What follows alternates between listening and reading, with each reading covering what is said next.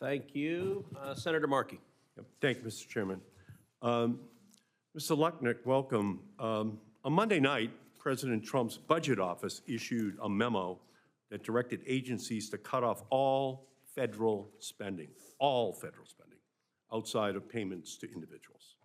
The Trump administration issued this order even though this spending was authorized and appropriated by Congress and intended to benefit the American people.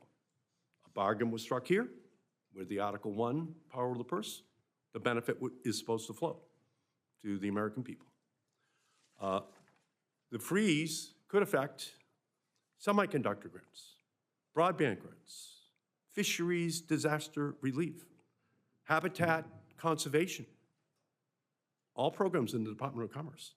Mr. Lutnick, do you believe that this action by President Trump was lawful? I rely on the president. If his advisors say it was, then I will rely on him and his advisors. Well, that's an unacceptable response because this action has caused mass confusion, disrupted critical payments systems, and violated directly federal spending statutes passed out of this committee and the Congress.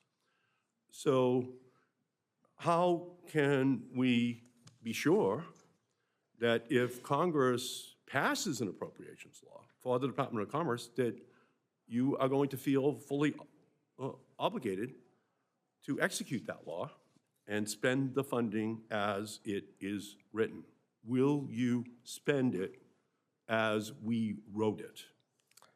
It is my promise that I will try my best to give this committee and the Congress the benefit of the bargain that you have passed. If you want broadband, if you want chips in America, my job is to execute on that plan. This pause will allow my time to be confirmed and us to study and attack it rigorously. But I promise you, I will give you, as best as I can, the benefit of the bargain that you have appropriated for. That is my objective. Right, and Absolutely. That's exactly right. We do it. We do the negotiation. And then Article 2 of the Constitution is the president. He's supposed to execute. You're supposed to execute. You work for him. So if President Trump directed you to unlawfully withhold federal spending that was authorized by Congress, would you comply with that order? I guess I'd be spending a lot of time with lawyers, but I do not think that's the way it will work. Well, it's already worked that way. You know, we know that the president has already unlawfully, in violation of the statute, fired inspectors general. That was not in compliance with the law. What happened 2 nights ago in the freezing of all federal funds, that's in violation of the law, the benefit of the bargain.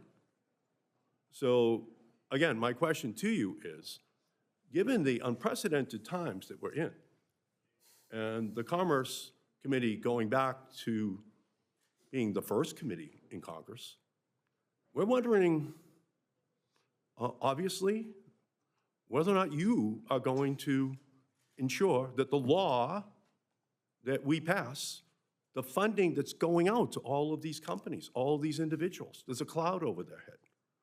Will you ensure that an unlawful act is not followed at the Department of Commerce?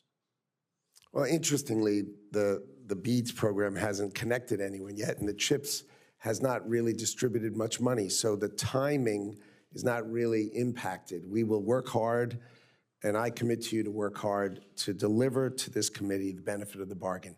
If you appropriate it, you should expect from me to deliver efficiently and effectively the outcomes that you anticipated or better. And that is my objective, and that is my promise to you. And again, you understand that the president's already violated the 30-day notice on inspectors general that was supposed to be complied with. They're already in violation of the Article 1's power of the purse.